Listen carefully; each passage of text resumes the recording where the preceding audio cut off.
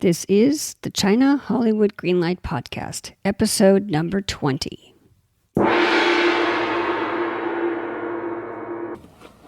And rolling sound. Quiet. Here we go. Ready. Speeding. 120, take 7. And action. This is Karen McCann, the host of the China-Hollywood Greenlight podcast, a podcast about creating and distributing content for both Hollywood and China. Any links mentioned in the podcast can be found in the show notes at chinahollywoodgreenlight.com/podcast. And look for this episode, which is number 20. If you like the show, please go to iTunes, subscribe, and leave a rating. These ratings and reviews really do help spread the word about this podcast and will attract more great guests. A quick update on what I'm working on. Number one, the AFM. The AFM wrapped, the American film market wrapped a few days ago.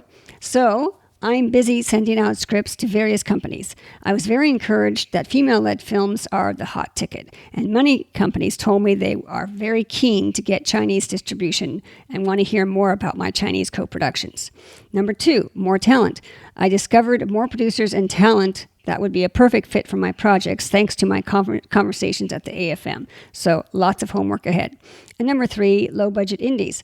I watched the movie called Destination Wedding, which was produced by my guest today, Elizabeth Dell.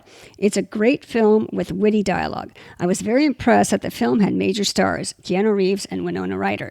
And yet they were able to keep the budget low. How? Because the director primarily focused on just these two main characters.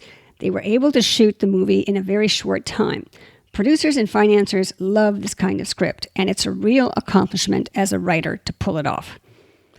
Before I introduce Elizabeth, I'd like to start out with a motivational quote to encourage our listeners to continue on their path to achieving their own green light. And today's quote is from Charles Kettering, and he said, "There exist limitless opportunities in every industry. Where there is an open mind, there will always be a frontier." Today's guest is producer Elizabeth Dell. Here is the interview. Today's guest is Elizabeth Dell. Elizabeth is a creative producer working in both feature films and digital. She recently produced the romantic comedy Destination Wedding, starring Keanu Reeves and Winona Ryder, which was released theatrically in the summer of 2018. She also just wrapped production in Jamaica on the feature comedy The Swing of Things. She is half of the sister team of the Dell sisters with writer-director Emily Dell. She is the CFO and co-founder of Array Entertainment, a slate fund focused on female-driven commercial genre films. She is also the chair of the International Committee of the Producers Guild of America, PGA. Elizabeth actively consults for U.S. and Chinese entertainment companies, including production services for Chinese companies filming in the U.S., site evaluations for Chinese films, etc. Additionally, Elizabeth has produced 100-plus episodes of digital content for the major platforms with influencers and brands including Purina, Verizon, Anheuser-Busch, and Jeep China, to name a few. Elizabeth produced B-Girl, a narrative hip-hop dance feature distributed worldwide, which is featured on Showtime, Encore, and Starz networks. She is a regular speaker on producing, China, entertainment, digital media, and entrepreneurship. Elizabeth and her sister are featured in the National Women's History Museum. Wow.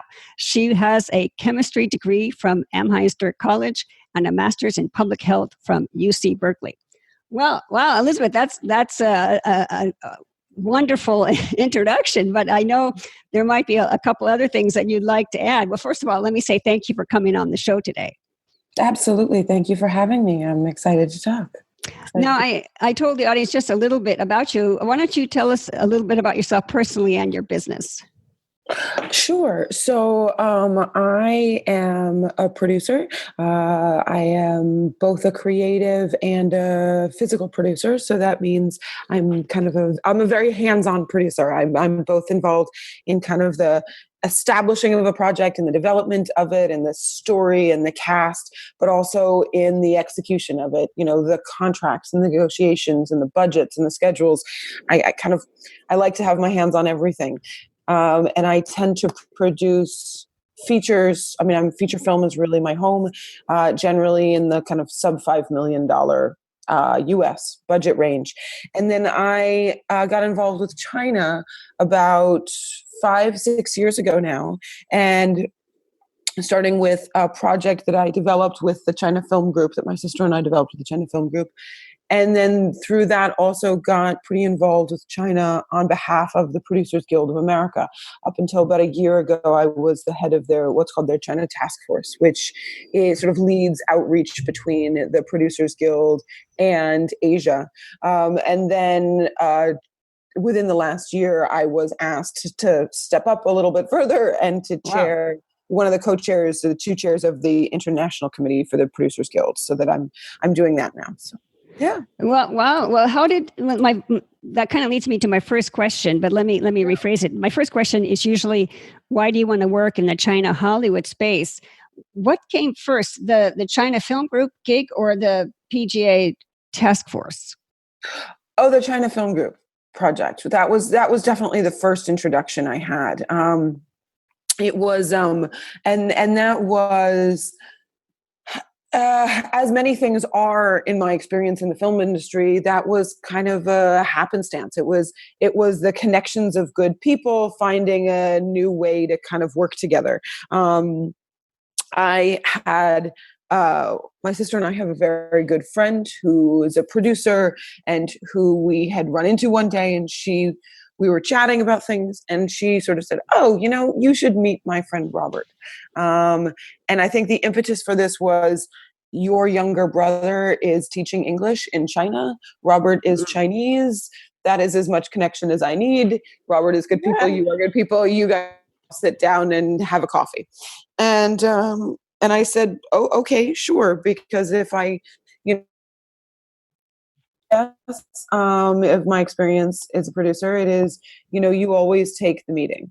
When it is good people that you like their work, you like their work ethic, you like who they are, and they tell you to meet someone who they really like working with or think is great, you take the meeting, because it always leads in ways you don't expect it to. So I did. And Robert was, at the time, had just finished the master's in producing at USC, the Stark producing program there, which is probably one of the finest producing master's degrees there is. And he had, previous to that, had been working with the China Film Group and had been asked by them when he came to the United States for his advanced degree to keep an eye out for American filmmakers that might be young and hungry and might be open to working in China. And so he asked me if we had a project. And my sister and I said, well, I'm sure we could think of something.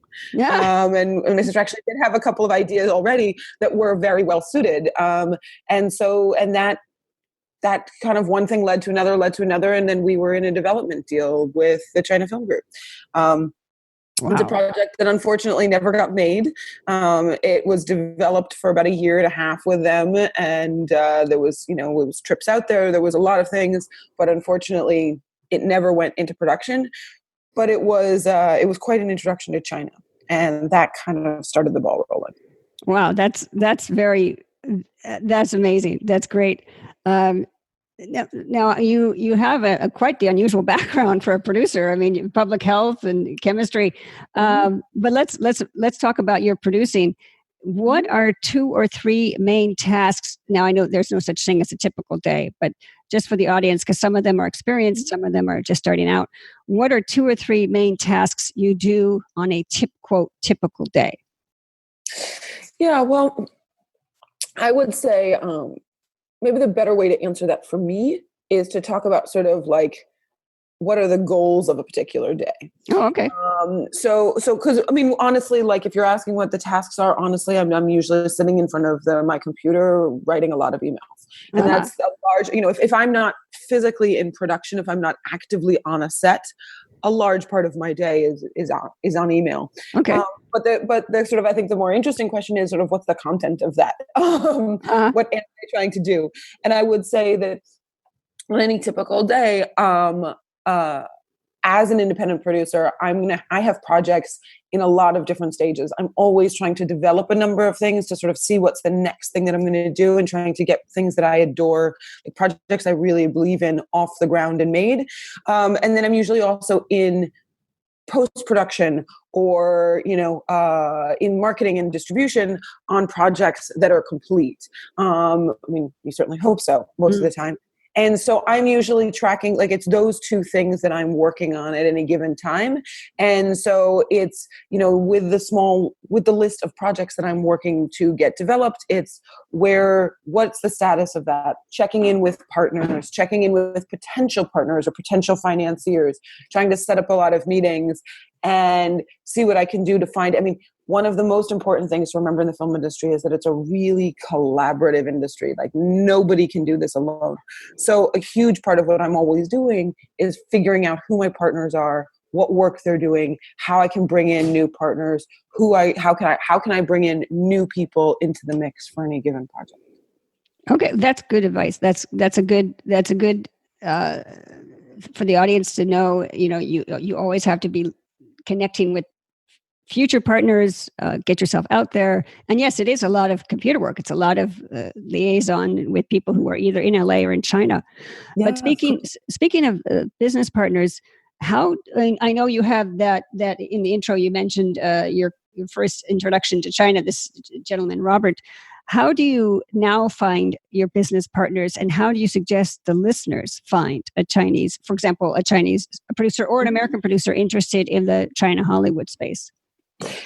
Yeah, well, I think that it's always, the majority of how I have met my business partners has been networking, and not specifically like, a kind of formal networking where you have to sign up to be introduced to someone or something like that, but informal networking and specifically friend-to-friend networking. I think that there's but you usually are doing it in the context of larger events around Hollywood, and around China. So, for instance, this was a very specific introduction to my original partner in China with the China Film Group. But once that was done, I made a point of going to a lot of, when there were events sort of focused on China, whether those were conferences or whether those were receptions or whether those were screenings, trying to learn where those were, go to those and get to know people. And usually you would know, in the beginning, I would know one person, and then I would see that person at another event, and they would introduce me to someone else. And then I would see someone that I knew and with someone I knew and introduce them. And I think it's a lot of finding the faces and then connecting the dots, and being really open to meeting interesting people who are doing interesting things, regardless of whether they're specifically doing something that you want done. I think that there's a tendency to say, I need a producer, so if I'm in a room, I'm not talking to anyone who's not a producer. Right. And I think that's, I don't want to say dangerous, but that's short-sighted. Right. Because everybody connects in very interesting ways. And it's usually, honestly, the strongest connections we have are usually the people we work with and the people we are lifetime friends with. And the chances that if you're talking to a producer, that there's the people they know are other producers, is good, but not great, because as a producer myself, I occasionally partner with other producers, but I'm much more often working with writers and directors and composers and actors, because I need to work with a lot of those on every project, rather than, I might not necessarily be producing with 10 producers on any given movie. Sometimes you are, but a lot of times you aren't. And so very often, you might be meeting with a composer and really like their work. And then they're like, oh, by the way, I have a producer friend that I worked with on, I did music for another project. And so I think it's about, or if not that, they might have really interesting insights about, oh, well, I heard this other producer I know is working, or this other company that I interviewed with is working on projects like that. Maybe you want to find a connection there.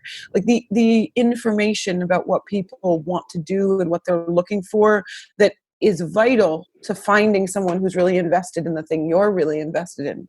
That information can come from any source.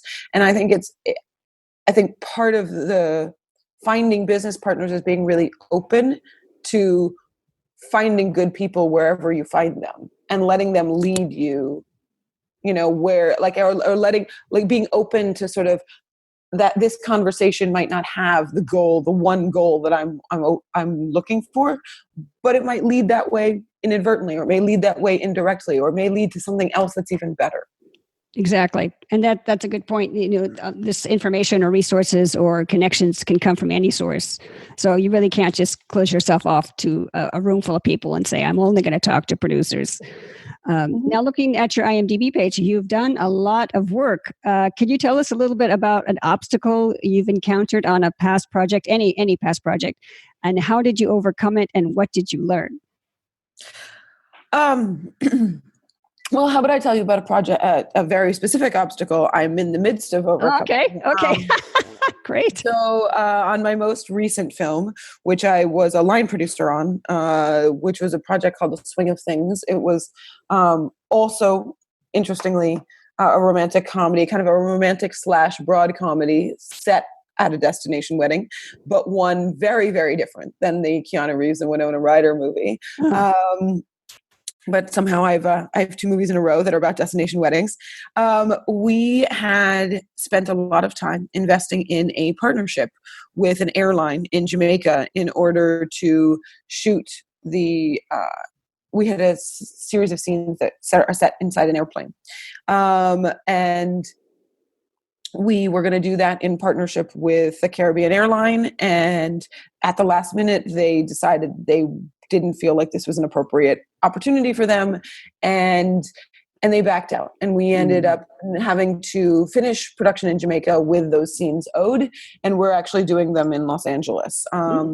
And I would say that, it's a problem it is an obstacle that has in many ways been overcome because, we have identified some standing sets, and we have scheduled a shoot date in the next month and a half where we will get everyone together and we will shoot the interior of the airplane here in Los Angeles. But it was the learning about, and it was an obstacle about sort of how you have to scramble in production and what, how many things can go sideways. And also about sort of the, I understood in many ways the value of shooting everything in Jamaica, but having come back and having to do an extra day now with a movie that had 9 principal actors. Wow. We wrapped production let me think in my head now. We wrapped production about 4 weeks ago, and it will be another 5 weeks before we shoot this scene, because it was almost 9 weeks to be able to reschedule a window when everyone could be in Los Angeles at the same time. And so I think that was a real learning, or sort of one, it was a real obstacle figuring out what to do on the ground when all of a sudden we didn't have a location, and how are we going to rearrange. And I credit my director a lot for being a real on the sort of tip of his toes thinker. And so we were able to come up with also some additional material that's really great that's in the movie that we could use, we could capture on the day that we were not shooting in this airplane. But also on why you put everything in principal photography, why you never owe scenes, because getting everyone back again after the fact is just a monumental amount of work, and so much more than it is to sort of tack a day onto the end of a schedule. Oh boy. Yeah. That would keep you up at night. Oh my goodness. It's a fun thing to try and figure out. Well, speaking of problems, if you could magically solve 2 current problems, what would they be?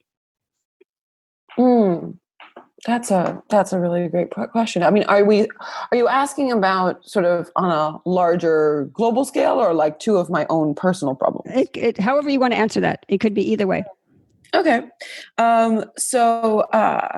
Well, if we're talking about magic, I will say 1 global and one personal. Okay. I mean, on a global scale, I would would love to be able to alleviate our current trade war with Yes, yes. China. I mean, I have definitely, I've seen the repercussions in the film industry. I mean, I've seen it in the sort of the slowdown of partnerships and in the difficulties of, things that were ready to go into production that are now uncertain again. Projects that, enthusiasm that was there, that is, I think, still there beneath the surface, but just everyone's feeling very, very tentative about actually spending money and actually putting deadlines on things. And that's really unfortunate because, Hollywood and the film industry, but both in China and in Hollywood, is also perception. And even though it has nothing to do with the project, this trade war, if a project gets slowed down because of it, there's strong chances that project doesn't come back again, because you lose time, you lose momentum. And honestly, this isn't, my current projects are not at that tipping point of production right now. So I'm less concerned about them because there's more lead time for this trade war to get resolved. But projects that weren't, it can be a real killer blow and something that's really hard to recuperate from. And that's deeply unfortunate. And the local problem. And then the local personal problem. If I could magically get more time, I totally would agree. do that. I would do that. Time for both me and my sister. We are doing a lot of fun things, which is awesome and really exciting. But it means that you're constantly juggling, and it's sometimes, it's all the work you can do to keep the current projects afloat, and you sit there knowing that the ones you want to do next are sort of, they are not getting the love that they deserve, and because you don't have enough time to devote to them. Exactly. And I would love magic. Yes, and we all need sleep. So yes, I totally hear you. Now, my next question is, what sort of future projects are you looking for? You mentioned under five in the beginning, you said under sub $5 million US budgets. Could you tell us, is it film or TV? I know in your intro, it was a lot of female led genre films. Tell us about that, and also, what do you think the Chinese studios are looking for? So for me, it's primarily film. I currently am working on one TV project, but I will own that it is a project where a lot of my involvement, I bring a lot of other skills to the table, but I'm kind of learning the TV side with this project, because I did not come up in television, and that's a very, very specific way of doing business. I mean, I think film is as well, but film is the kind of business I know. So really most of what I do is film projects, and what I'm looking for from outside parties is usually film projects. And like you said, I really gravitate towards female driven. It's not an absolute obligation, but I don't know that I would ever want to make a movie that couldn't pass the Bechdel test, for instance. Right. Good for you. It's maybe if there was a written by my sister and it had to be a male lead, and it was a movie like Gravity where nobody else spoke, perhaps that would be a context in which it could, it would not pass the Bechdel test. But in general, I just strongly prefer female driven stories. And I think they resonate with me. I think I understand them better. And then I also think that there's more of a market for them, because I think that, there's always more of a market for stories that people haven't heard before. And there's just more room for stories, whether you are talking about stories from people of color, or you're talking about stories from non-traditional backgrounds, or non-traditional sexualities, or you're talking about women's stories. Like, there's just fewer of them that have been told, and there's more room for interesting ones to be told. As I said, I'm a really physical, hands-on producer, and I tend to produce sub 5 million. So that's, again, I like to think of every project I do is a combination of something that's new and challenging and interesting for me, but also something where a project that, my existence as part of that project is bringing a huge amount of work and skill and value to that project. I have a couple in my back, sort of in my back closet, or I have one in particular of like my $150 million epic. But I will not try and really make that project happen for another few more years until I'm closer in like what I know how to do. At this point, I want to stick in the like sub 10, sub 5 range where the skills I bring and what I know how to do means I can do that well. And the Chinese studios, what do you think they're looking for? That's an excellent question. I don't know that I have an answer for that. I mean, I think that if I'm talking to like US and Hollywood based producers looking to partner with China, I tend to suggest that if you are going really low budget and you want to partner with China, it probably needs to take place in China, because I think that there's a lot more room. I think with Chinese studios, or this is my impression, there's a lot more interest right now in stories set in mainland China about the Chinese, because there's just like I was saying about my interest in that there's room for more stories about women because there are not enough of them being told. I think the same is true in China. There have not been a huge number of stories told about mainland Chinese, in Chinese, in Mandarin.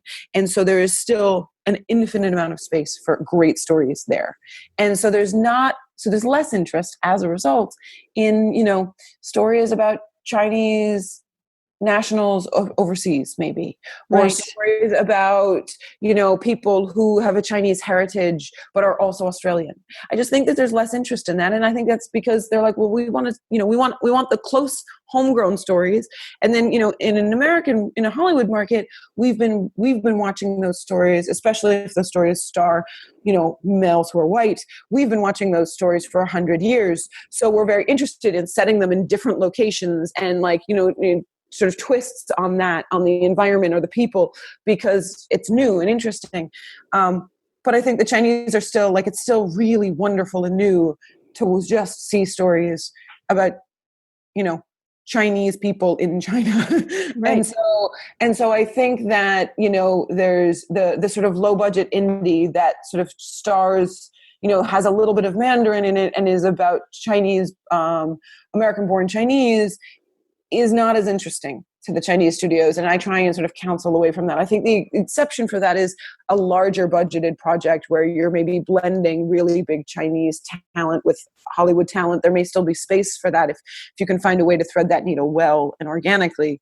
But yeah, I think they're much more focused on their own market, as they should be, because that's where they want to be. If it's not low budget, let's add one more to that. You mentioned, the Chinese stories in film in China, low budget. If it is going to be with an ABC, maybe it has to be a bit bigger budgeted, and you could film outside China.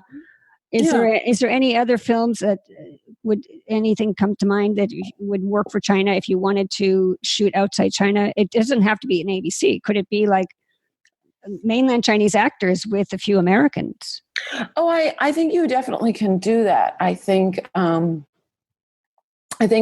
if you've got a larger talent and larger cast, everybody globally wants to watch Jackie Chan wherever he wants to go in the world and whoever he wants to perform with, however he wants to do that. If he wants to be, in the UK and with Pierce Brosnan and entirely in English, or if he wants to be entirely in Chinese and so entirely in Mandarin and filmed entirely on the mainland, or filmed, in Macau, or, wherever and whenever the world wants to see that. I just think that that's, there aren't a lot of talent like that. And so that's a pretty small needle to thread, and it's one that requires a pretty substantial budget to do it. And so that's not, and just by the numbers game, that's not every producer. Right. Now, this next question is a little bit esoteric. If you could do your career over again, what would you do differently? For me, that's a really interesting question because I came to this career pretty late. I didn't get, I thought I was going to be a physician. I went and got a master's in public health. I didn't really sort of commit and enter the film industry until the mid 2000s, at which point I was, well, let's say like a larger proportion of a decade out of college. And so, but it's a really tough question for me because, as being a successful producer and as advancing my career as quickly as possible, if I had known that this is what I was going to do and this is where I was going to end up, I might have started out differently in college. I might have I do not believe I would have done anything but chemistry. I really loved the sciences. But, I might have from college sort of looked into entertainment internships and, right. path up the ladder because I was just doing my own projects. And it was actually only sort of late in my career as a producer or later in the career of my producer that I started working with other people outside my sister. Honestly, my career came from kind of facilitating her making movies and then branching out. Which means I learned a lot on the job as opposed to, or I would say I learned a lot by physically producing stuff and doing it wrong or badly, rather than watching other people do it and like learning from other people's examples. So, but it's a really tough question because I also think that, being a great producer, especially in the sort of low to medium budget space where you wear all of the hats in the world, it's about problem solving. It's about thinking creatively. It's about making connections where other people don't. It's about having a really broad sense of the world and an ability to connect with people and an ability to, to find common ground. And all of those things come from being cultured, having a lot of exposure in the world. And a huge part of that is my education, is the fact that I did so many things in so many different directions. So I don't know if I would want to take that back. It's a really wonderful question and a really hard one for me. Right. And you got the best of both worlds. It sounds like, I mean, you have a very unique background, which gives you a unique point of view. So you have a unique network just based on that. But now the next question is actually a trick question. What question did I not ask you that I should have? Well,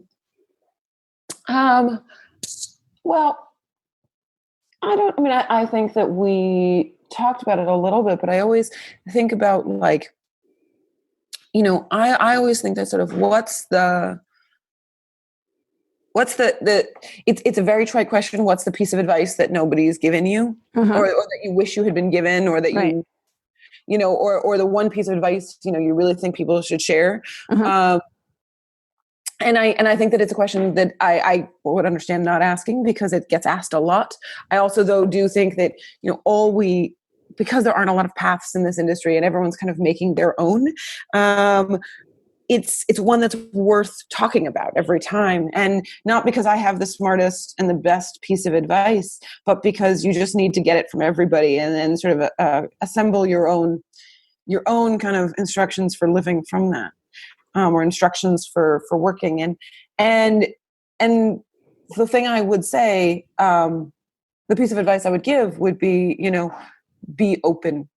Right. And I think I alluded to this in the beginning with the meetings with composers or meetings with whoever you talk to and make friends with, is that most of the directions I have gone in my career and most of the projects that have come to me in my career have come unexpectedly or have come through unexpected means. And whether that was a really interesting, just fascinating conversation at a lunch with a friend that then I thought about for 6 months and then I talked to my sister about, and then that eventually ended up as a script that we made, or whether that was, running into a friend and her saying, your brother lives in China, you should meet my friend Robert, who's Chinese. Or, an alumni connection that I had many coffees with and was a good friend and a mentor calling me up and saying, hey, will you produce my next movie for me? And it just, the world moves in ways you don't expect.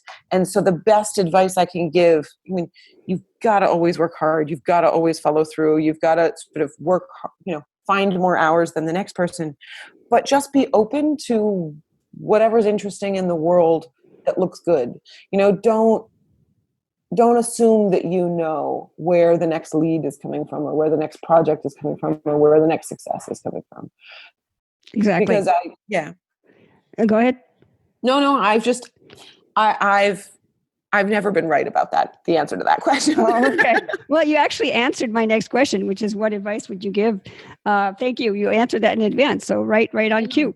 Now, in conclusion, would you like to share any social media details or website links or information, news about future current projects? Yeah, absolutely. Well, so my last film, Destination Wedding, actually just came out just released in Hong Kong.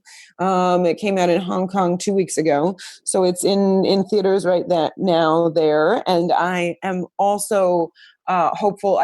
It has actually, we are still finalizing all the transactions, so I can't really report on the details, but it has been acquired for theatrical distribution in mainland China.